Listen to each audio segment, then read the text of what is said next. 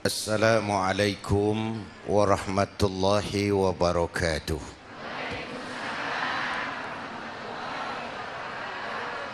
Para ulama, para kiai dan para asatiz yang saya muliakan, segenap jamaah Masjid Ar-Riyadh yang saya cintai, Bapak Ibu hadirin dan pemirsa TV One yang saya hormati. Jauh berjalan banyak dilihat, dan pengalaman adalah guru yang paling bijaksana. Pantang seorang muslim jatuh 2 kali di tempat yang sama. Hari ini lewat sini jatuh, pantas belum pengalaman. Besok lewat situ lagi, jatuh lagi, goblok amat. Si amat saja tidak goblok. Kita mau bicara keagungan Ramadan yang ditandai 3 hal. Pertama, Ramadan dipilih oleh Allah menjadi bulan tempat di mana pertama kali diturunkan Al-Quranul Karim, kitab suci kita, imam kita, pedoman utama dalam melaksanakan berbagai kegiatan hidup. Pertama, ia berisi akidah yang tujuannya menyelamatkan manusia dari ketergantungan kepada benda, menyelamatkan manusia dari kemusyrikan, baik syirik yang jali maupun syirik yang khafi. Syirik jali itu syirik terang-terangan, nyata-nyata menyembah berhala, nyata-nyata meyakini Tuhan lebih dari satu. Kalau gitu insya Allah kita aman. Tapi ada syirik khafi, syirik yang tersembunyi, menjadikan yang selain Allah sebagai tujuan akhir dari seluruh kegiatan hidup. Itu syirik khafi. Saya sejak pakai cincin ini rezeki lancar. Cincin. Saya sejak pakai gesper ini, jangan anak gadis, nenek-nenek ngelihat saya lemes. Gesper. Ini sejak ada perkutut di rumah ini, bisnis bagus. Perkutut. Kalau komputer lebih kita kagumi dari Allah, itulah berhala kita. Kalau pangkat lebih kita utamakan dari Allah, itulah berhala kita. Kalau ilmu lebih kita kagumi daripada Allah, itulah berhala kita. Quran membebaskan manusia dari ketergantungan kepada benda, membersihkan keyakinan, meluruskan tauhid dengan konsep akidah. Lalu sisi yang kedua, syariat untuk mengatur kehidupan sesama manusia. Selama ini kalau mendengar syariat yang terbayang oleh kita kan yang serem-serem, dan memang diopinikan sedemikian rupa. Padahal watak syariat itu pertama, al-musawat bainan nas fi takalifil ahkam. Ini watak syariat Islam. Semua manusia sama dalam berhadapan dengan hukum Allah. Semua manusia sama. Bukankah ini yang kita perjuangkan dengan tuntutan keadilan? Supaya di Republik ini jangan ada warga negara kelas 1. Supaya di Republik ini jangan ada yang kebal hukum. Supaya di Republik ini hukum jangan seperti pisau, tajam ke bawah tapi tumpul ke atas. Syariat mengajarkan al-musawat bainan nas fi takalifil ahkam. Semua manusia sama dalam berhadapan dengan hukum Allah. Ketika mengajarkan orang beramal, Rasulullah kepada putri kesayangan beliau sendiri berkata, "I'mali ya Fatimah, i'mali fa inni la ughni anki minallahi syai'a." Fatimah, beramal kau. Fatimah, solat. Fatimah, puasa. Fatimah, haji. Kalau kau tidak beramal, aku ayahmu Rasulullah tidak akan sanggup membelamu di akhirat nanti. Inilah watak syariat. Tidak mentang-mentang anak kesayangan lalu ada jaminan, sudah Pat, kamu nggak sholat nggak apa-apa, nanti di akhirat ada papi. Tidak. Semua manusia sama dalam berhadapan dengan hukum. Andai kata Fatimah putri Muhammad mencuri, tidak usah orang lain, Muhammad sendiri yang akan memotong tangannya. Bukankah keadilan macam ini yang kita harapkan? Cuma sayang, selama ini banyak kita mengenal Islam seperti orang buta kenal gajah. Ada 3 orang buta dilepas ke kebun binatang, disuruh kenal gajah. Saya yakin laporannya lain-lain. Orang buta pertama bilang, Pak, gajah tipis lebar kayak kipas. Kenapa? Dia baru pegang telinganya. Orang buta kedua ngotot, goblok itu Pak. Yang betul saya, gajah kecil panjang kayak ular. Kenapa? Yang dia pegang ekornya. Orang buta ketiga lebih marah, dua-duanya tolol Pak. Yang betul itu saya, gajah tinggi besar seperti pohon kelapa. Karena yang dia pegang kakinya. Beginilah kita mengenal Islam. Seperti orang buta kenal gajah, frame of reference, kacamata pandangannya tidak total. Baru kenal kaki gajah sudah sok tahu gajah. Baru kenal telinga gajah sudah sok kenal gajah. Kemana-mana pidato, saudara-saudara, gajah tipis lebar kayak kipas. Buat orang yang belum kenal gajah, dia menyesatkan. Buat orang yang sudah tahu gajah, senyum di kolom. Oh, kau baru kenal kupingnya kok. Begitulah kadang-kadang kita baca Quran ayatnya yang keras. Kesannya Islam itu sangar, Islam itu sadis, Islam itu perang. Di sisi lain ada yang adem, sejuk, lalu lahir generasi feminim. Buat saya yang terpenting semua kita perlu. Rasul mengajarkan, la takun ratban fatuksara wala yabisan fatuksara. Jangan lemah, nanti kau diinjak orang, tapi jangan keras, nanti kau dipatahkan orang. Hadirin yang saya hormati, lalu syariat juga punya at-tadrij fit tasri', tahapan dalam melaksanakan syariat. Oleh karena itu Ramadan yang keagungannya ditandai dengan turunnya Al-Quran harus jadi momentum kembalinya kita kepada Al-Quran. Quran itu imam, kita ini makmum. Saya mau tanya, imam ikut makmum apa makmum ikut imam? Makmum ikut imam apa imam ikut makmum? Makmum ikut imam.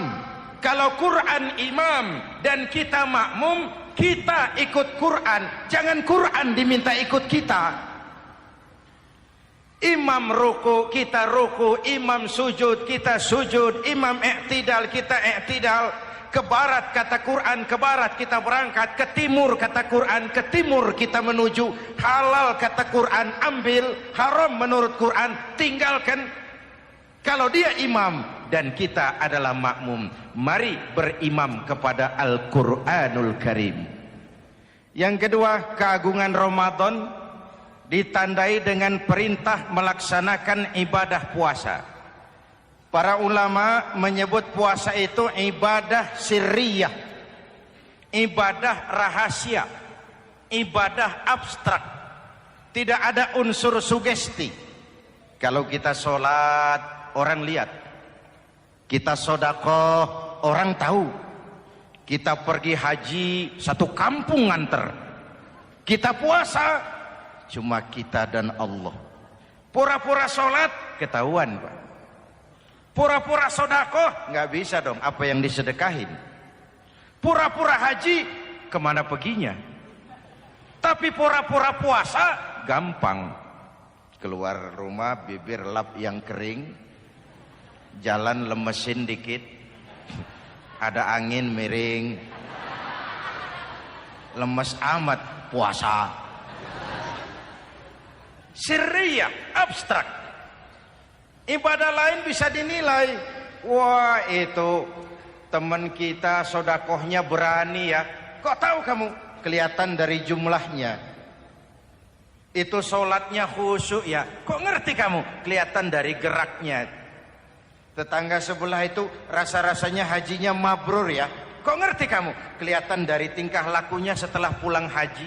Kalau yang sebelah lagi itu haji tomat. Di Mekah tobat sampai kampung kumat.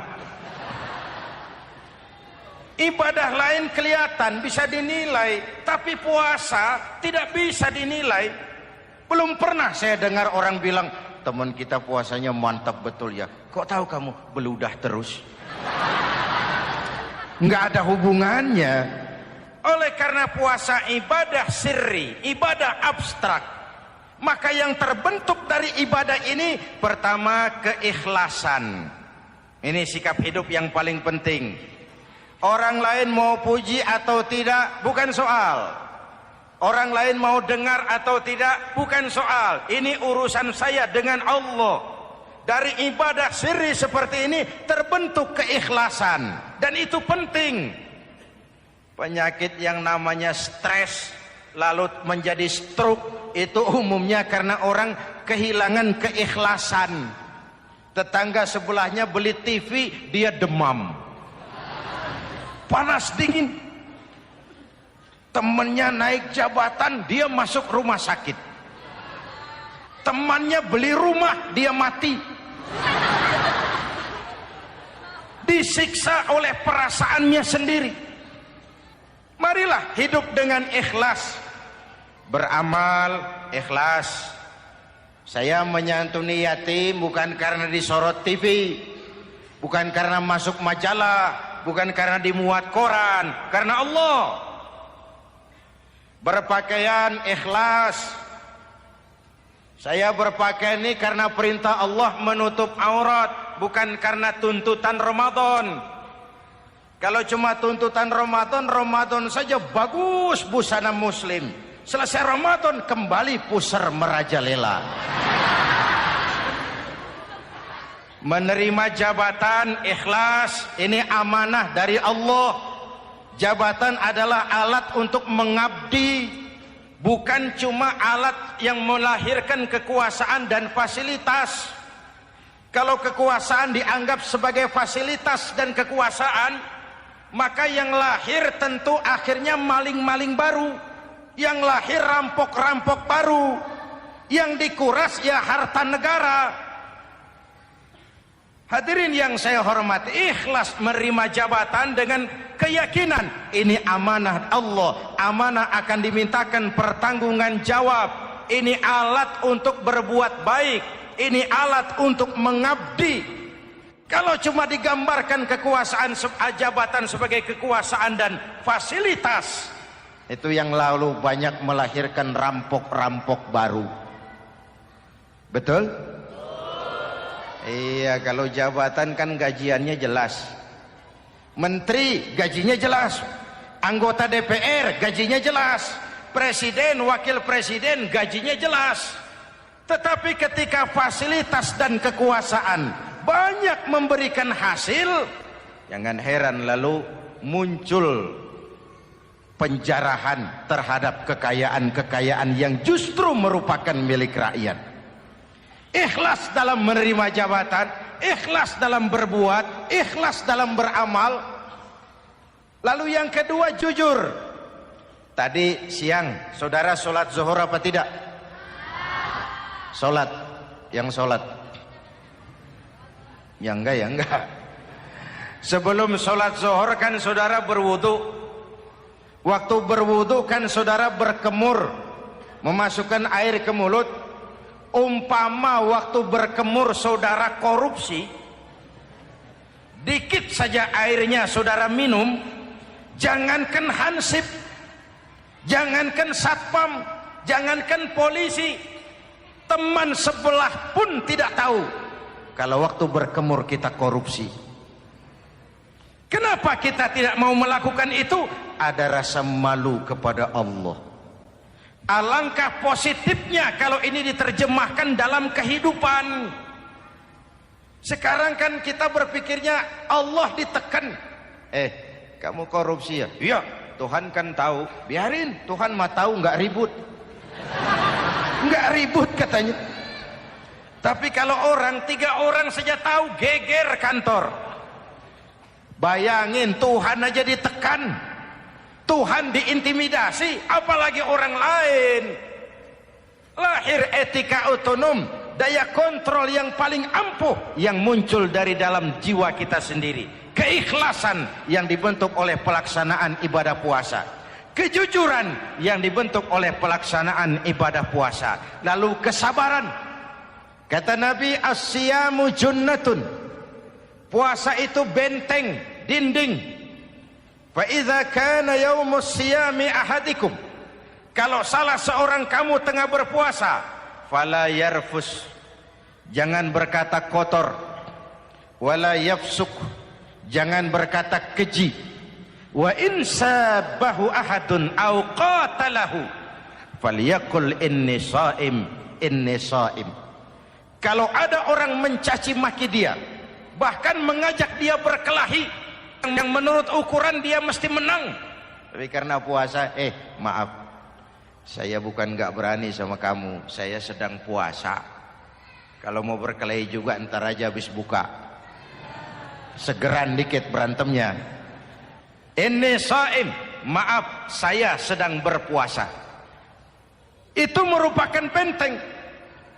Orang itu kan kalau lagi puasa kondisi lapar, haus, temperamen kan tinggi. Sedikit tersinggung temperatur naik, sama marah gampang. Kalau waktu begitu dia bisa sabar, ketika kenyang sudah nggak ada masalah. Sabar baik dalam taat kepada Allah, sabar dalam melaksanakan perintahnya, sabar dalam meninggalkan larangannya, dan sabar di dalam menghadapi musibah, kesulitan-kesulitan dalam kehidupan kita. Hadirin, kalau ibadah berpuasa kita baik, kita yang malam ini pasti bukan kita 20 hari yang lalu. Kita yang malam ini, kita yang sudah ditempa oleh penggojologan Ramadan, ditempa oleh kawah candra di mukanya Ramadan, sehingga membias dalam pembentukan pribadi. Setiap ibadah yang dikerjakan dengan benar pasti punya dampak positif dalam meluruskan moral orang yang melaksanakan ibadah itu sendiri. Jangan sampai terjebak kepada rutinitas ritual. Akhirnya seperti yang sering saya ungkapkan, sholat rajin, maksiat tekun. Baca Quran mau, fitnah orang hobi. Sedekah ya sedekah, tapi nyolongnya lebih gede dari sedekahnya. Sedekahnya cuma untuk ngumpetin korupsinya. Akhirnya jadi lipstik, akhirnya jadi dekorasi. Setiap ibadah yang dikerjakan dengan benar punya dampak positif dalam meluruskan moral dan memperbaiki akhlak orang yang melaksanakan ibadah itu sendiri. Begitulah Ramadan, ada pelaksanaan ibadah puasa. Dan untuk puasa Nabi bersabda, lis-shaimi farhatani, farhatun indal iftar wa farhatun inda liqa'i rabbih. Buat orang yang berpuasa ada 2 kegembiraan yang tidak dimiliki oleh yang tidak melaksanakan puasa. 2 kegembiraan. Pertama, farhatun indal iftar, kegembiraan menjelang saat-saat berbuka. Hati itu besar, rasa optimisme, padahal bukanya cuma sama tempe, sama tahu, sama ikan asin.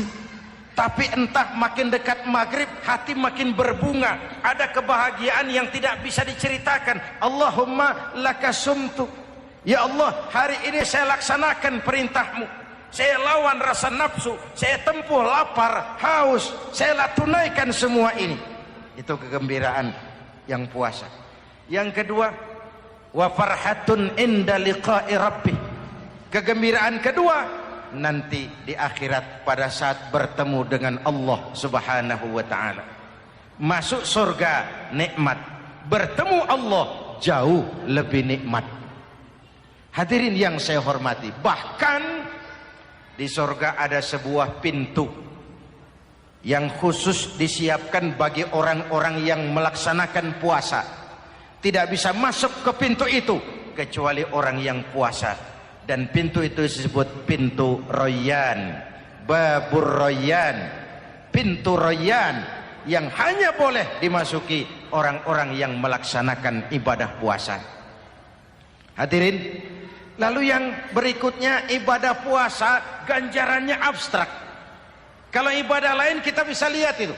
Sholat berjamaah pahalanya begini. Haji kalau mabrur pahalanya begitu. Sodakoh pahalanya begini. Puasa Allah cuma bilang as-siyamu li wa ana ajzibi. Puasa untukku dan aku yang membalasnya. Berapa besar balasan Allah tidak diberitahu. Artinya apa? Kalau saudara kerja, mandor bilang, "Mas, kau kerja sama saya, gajimu sebulan 5 juta." Ketahuan sebulan 5 juta. Kita kan bisa kong-kalingkong. Ada mandor rajin, tidak ada mandor kendor. Pokoknya jatah 5 juta. Tapi kalau mandor cuma bilang, "Mas, kau kerja sama aku, soal gajimu nanti aku yang atur." Berapa besarnya nggak dikasih tahu. Aturan seperti ini harusnya membuat kita kerja lebih hati-hati. Sebab apa? Mungkin gaji kita sama saja 5 juta kalau kerja biasa-biasa. Mungkin jauh lebih besar kalau pekerjaan memuaskan. Mungkin tidak digaji sama sekali kalau pekerjaan sembarangan. Tidak dijelaskannya gambaran pahala puasa menjadi sugesti untuk melaksanakan ibadah puasa ini dengan sebaik-baiknya. Hadirin yang saya cintai, yang ketiga soal keagungan Ramadan ini. Di dalam bulan Ramadan ada satu malam yang bobotnya khairun min alfi syahrin. Satu malam tapi lebih baik daripada 1000 bulan, yang kita kenal dengan malam Qadar atau Lailatul Qadar. Sementara itu adanya pada sepertiga yang akhir dari bulan Ramadan, terutama di malam-malam ganjil. Di negeri kita lihat terjadi pergeseran nilai. Awal-awal Ramadan minggu pertama pasar sepi, masjid ramai, full house, meledak. Betul? Padahal Rasul memberikan contoh, kalau sudah masuk sepertiga yang akhir Ramadan, beliau sing-singkan lengan baju, hamparkan sajadah, lebih banyak di masjid daripada di rumah. Itu baginda Rasul.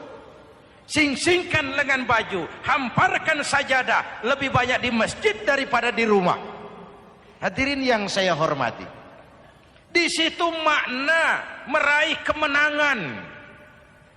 Karena itu lebaran lain dengan Idul Fitri. Lebaran siapa saja boleh ikutan. Tapi Idul Fitri milik orang yang melaksanakan ibadah Ramadan dengan baik. Nah, saya kembali kepada Lailatul Qadar. Semua kita, kecil atau besar, sengaja atau tidak, khilaf atau terpaksa, pasti punya yang namanya dosa. Di sini semua yang hadir nih, include saya, apa ada yang tidak punya dosa? Ayo, jujur. Apa ada di antara kita di sini yang nggak punya salah? Apa ada yang nggak punya dosa? Setiap kita, kecil, besar, sedikit, banyak, terlupa, terpaksa, pasti punya salah. Sekarang kalau mau hitung dagang, kita diberi umur 65, 40 tahun penuh dosa, lalu taubat 25 tahun. Menurut neraca hukum dagang belum seimbang. Dosa 40 tahun ditebus taubat 25 tahun. Menurut neraca hukum dagang. Untung Allah tidak dagang-dagangan kepada kita. Di Ramadan ini Allah ngobrol pahala. Di Ramadan ini Allah membuka pintu rahmah yang seluas-luasnya. Sampai-sampai ada hadis qudsi, "Lau amiltumul khataya hatta mala'atis sama thumma nadimtum fataballahu alaikum."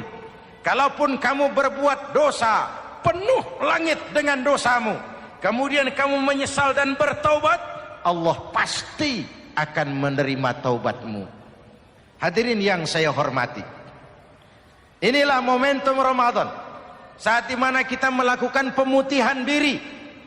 Masih ingat cerita dalam kitab Durratun Nasihin? Saya ulang lagi cerita ini untuk sugesti. Ada buajingan tengik pernah membunuh 99 orang. Satu saat hidayah datang kepadanya, terniat ingin bertaubat. Dicarinya seorang ustadz, ketemu ustadz kepala ngajar. Ustadz, ya, apa? Saya mau taubat, diterima apa tidak taubat saya? Emangnya dosa kamu apa? Saya pernah membunuh 99 orang, Ustadz. Ustadznya melotot. Wih, banyak amat. Enggak segampang itu nyawa hak prerogatif Allah. Cuma Allah yang berhak ngambil. Membunuh tanpa alasan yang benar, dosa besar. Dosamu kelewat banyak, Mas. Enggak bisa. Dia vonis lebih dulu kayak surga milik bapak moyangnya. Ini preman kita pikir, ini ustadz saya niat baik-baik kok ngomongnya nggak enak. Nah, daripada 99 tanggung, saya lempengin aja nih urusan dah. Dibabat lagi ustadz, tamat, selesai, pas, cepet. Niat taubatnya masih terus. Dia mengembara sampai ketemu seorang ustadz yang bijak. Waalaikumsalam Ustadz. Assalam. Ada apa? Ustadz, saya mau taubat, diterima apa enggak sih? Oh, sebelum mentari terbit dari sebelah barat, sebelum nafasmu sampai di tenggorokan, Allah akan menerima taubatmu. Boleh jadi dosamu besar, tapi ampunan Allah lebih besar dari dosamu. Begitu Ustaz. Iya. Cuman ngomong-ngomong dosamu apa sih? Ustaz, saya sih tadinya cuma bunuh 99 orang. Terus ada Ustaz ngomongnya nggak enak. Jadi saya cukupin 100. Oh, taubatmu diterima asal benar-benar. Cuma begini saja, kampungmu kampung brengsek tuh, lingkunganmu nggak sehat. Kalau kau pulang ke sana lagi, niat taubatmu bisa lentur dan luntur.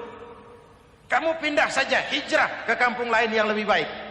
Baik Ustadz, makasih. Wah, ngepak koper, pindah. Belum sampai ke kampung yang dituju, ajal datang merenggut nyawa. Ketika ruh keluar dari jasad, ini malaikat rahmah dengan malaikat azab rebutan. Kata malaikat rahmah, ini jatah saya. Orang ini sudah taubat, tempatnya di surga. Kata malaikat azab, nanti dulu. Taubat sih taubat, 100 bagaimana urusannya? Bertengkar. Akhirnya Allah mengutus malaikat Jibril, kau adili. Kata Jibril, ukur sajalah mana yang lebih dekat, kampung yang dituju atau kampung yang ditinggalkan. Ketika diukur, kampung yang dituju lebih dekat dari kampung yang ditinggalkan. Kata Jibril, dia jatah malaikat rahmah, taubatnya diterima Allah. Nah, kalau mendengar riwayat seperti ini, jangan diartikan bahwa untuk taubat mesti membunuh 100 orang. Ini harus diartikan bagaimanapun besar dosa dan kesalahan yang kita lakukan, jangan putus asa dari rahmat Allah. Sebaliknya, bagaimanapun banyak kebaikan yang kita kerjakan, jangan puas hati dan sombong diri. Kita belum tahu akhir perjalanan hidup ini. Kita hanya berbuat dan berbuat. Kepastian itu haknya Allah. Ada yang masuk neraka karena menyiksa kucing.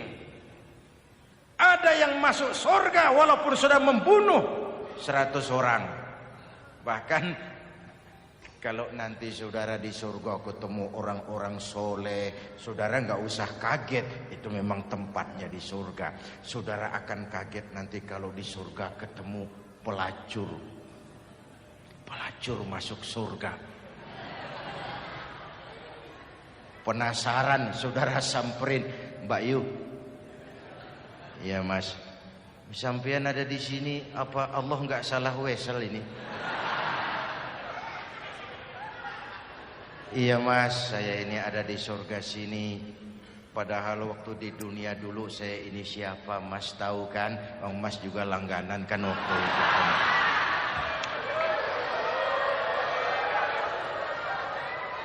Tapi terus terang saja Mas, waktu di dunia itu saya terpaksa betul.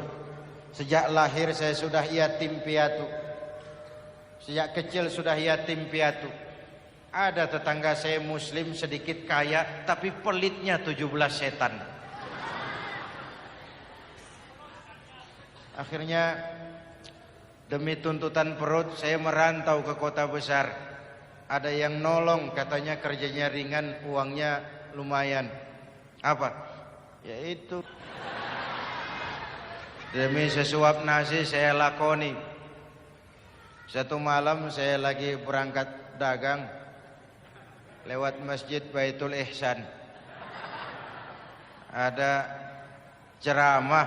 Saya dengar dari jauh, ustadznya pidato, katanya Allah berpesan, "Lau amiltumul khataya hatta mala'atis sama, thumma nadimtum, fataballahu alaikum."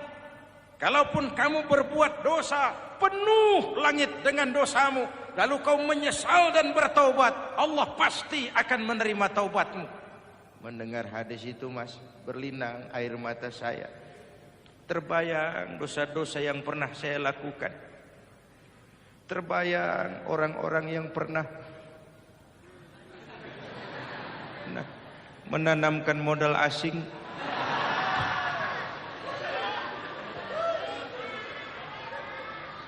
Dikala itu hidayah datang, saya niat taubat pulang kampung Mas, mudik. Lagi ngepak koper mau mudik, tamu datang, saya bilang mulai malam ini saya berhenti dagang. Taubat saya sebenar-benarnya, taubat saya diterima Allah. Walaupun mampir dulu, transit dulu di tempat lain, akhirnya saya sampai juga ke sini. Inilah Ramadan. Orang baik bukan orang yang tidak pernah salah, karena tidak ada orang yang tidak pernah salah. Orang baik kalau dia berbuat salah, dia segera sadar, dijadikannya sebagai pelajaran untuk tidak diulanginya lagi di masa yang akan datang. Maka Nabi berpesan, tuba liman syaghalahu aibuhu an uyubin nas. Beruntung benar orang yang kekurangan dirinya menyebabkan dia sibuk sampai tidak sempat mencari-cari kekurangan orang lain. Tapi celaka benar orang yang terlalu sibuk mencari-cari kekurangan orang lain sampai lupa dengan kekurangan dirinya sendiri. Hadirin, karena itu menurut Al-Imamul Ghazali, Lailatul Qadar itu malam istimewa. Adanya pada sepertiga yang akhir di malam-malam ganjil. 21, 23, 25, 27, 29. Tetapi yang ingin mendapatkan Lailatul Qadar harus berjaga-jaga sejak awal Ramadan. Nggak bisa pakai ilmu ngancem. Wah ini 21 malam nih, nggak keluar-keluar dari masjid. 22 libur, 23 absen lagi. Nggak bisa seperti itu. Ingin mendapatkan Lailatul Qadar harus berjaga-jaga sejak awal Ramadan. 1000 bulan, kira-kira 83 tahun.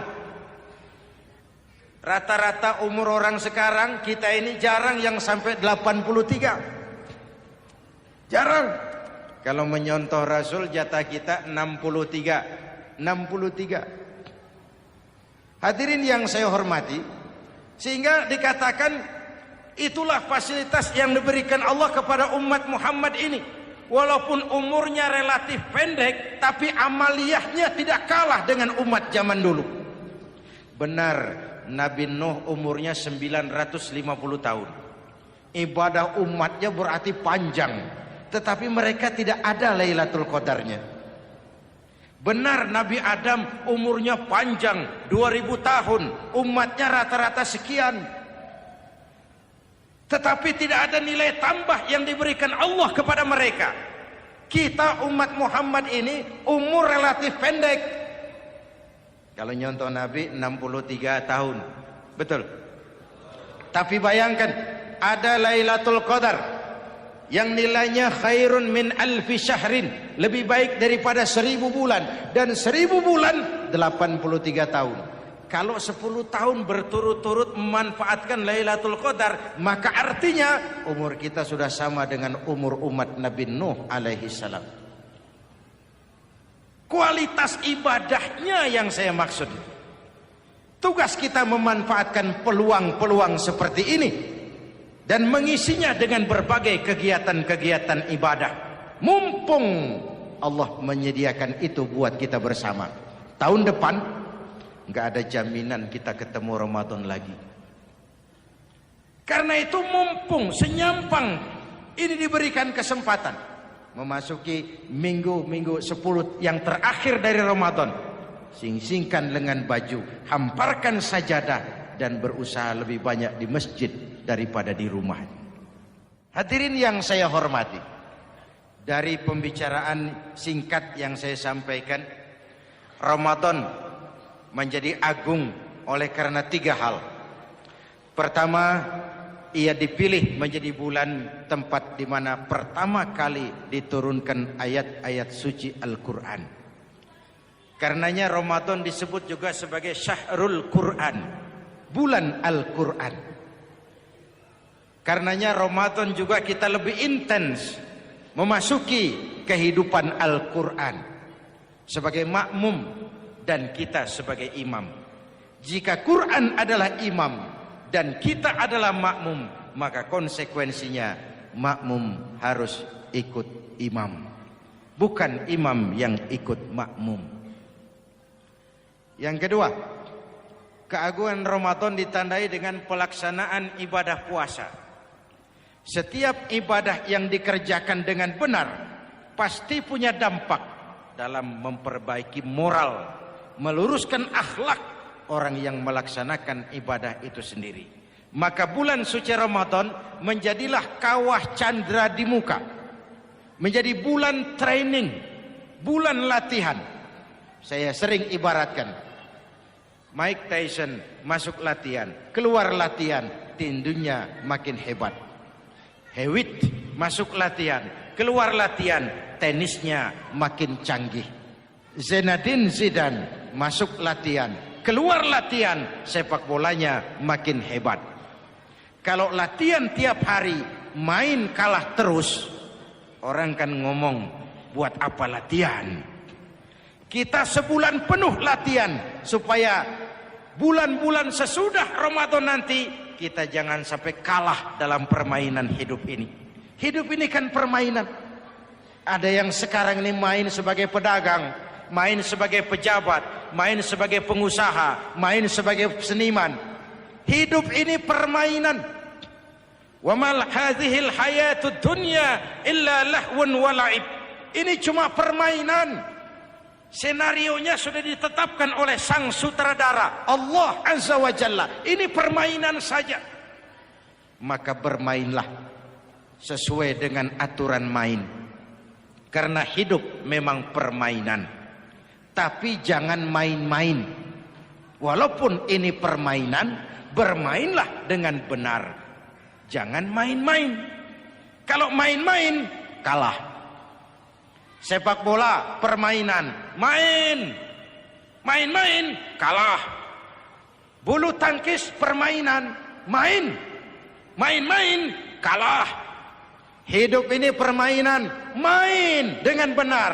Main sesuai dengan aturan main. Main-main, kalah.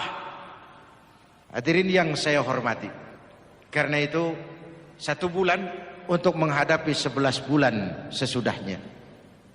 Yang ketiga, ditandai keagungan Ramadan dengan ada nuzulul Quran. Diberikan Allah kepada siapa saja yang dikehendakinya. Semoga ibadah yang sudah kita kerjakan kiranya diterima Allah.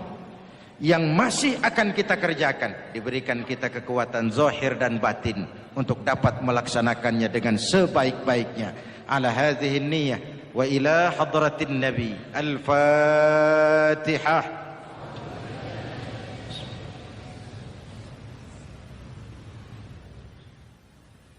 Bismillahirrahmanirrahim. Alhamdulillahi rabbil alamin. Allahumma salli wa sallim mubarak ala sayyidina Muhammadin wa ala alihi wa sahbihi ajma'in. Ya Allah, dengan sepenuh perasaan dan pengharapan dalam segala kerendahan dan kelemahan, ampuni dosa kami, dosa ibu bapak kami, dosa saudara-saudara kami umat Islam. Kalau selama ini lebih banyak lalai kami dari ingat kami, lebih banyak keluhan kami dari syukur kami, lebih banyak marah kami dari sabar kami, tunjuki kami jalan-Mu yang lurus, yang apabila kami berpijak di atasnya, tidaklah kami akan tersesat buat selamanya. Ya Allah, karuniakan kepada kami rakyat dan bangsa Indonesia pemimpin-pemimpin yang takut kepadamu dan sayang kepada kami. Berikan mereka kekuatan zahir dan batin untuk dapat membawa kami rakyat dan bangsa Indonesia menapak menuju hari esok yang lebih pasti dan lebih baik. Rabbana hab lana min azwajina wa dhurriyyatina qurrata a'yun waj'alna lil muttaqina imama. Rabbana atina fid dunya hasanah wa fil akhirati hasanah wa qina adzaban nar. Rabbana taqabbal minna salatana wa siyamana وقيامنا وتخشعنا وتعبدنا وتمم تقصيرنا يا أرحم الراحمين. ربنا اجعلنا من السعداء المقبولين ولا تجعلنا يا الله من الأشقياء المردودين. أفضل ما قلته أنا والنبيون من قبلي لا إله إلا الله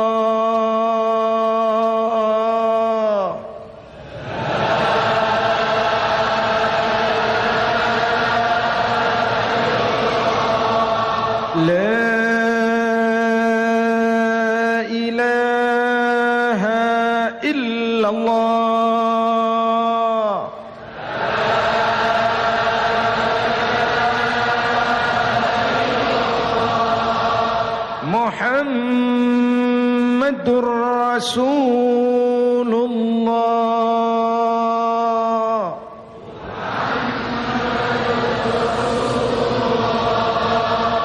Sallallahu alaihi wa alihi wasallam. Kalimatu haqqin 'alaiha nahya wa 'alaiha namut wa 'alaiha wa biha nub'atsu insyaallah minal aminin. Minal aminin. Minal aminin. Rahmatika ya arhamar rahimin. Sallallahu ala sayyidina Muhammad wa ala alihi wa sahbihi ajma'in. Subhana rabbika rabbil izzati amma yasifun. Salamun alal mursalin walhamdulillahi rabbil alamin. Wassalamu alaikum warahmatullahi wabarakatuh.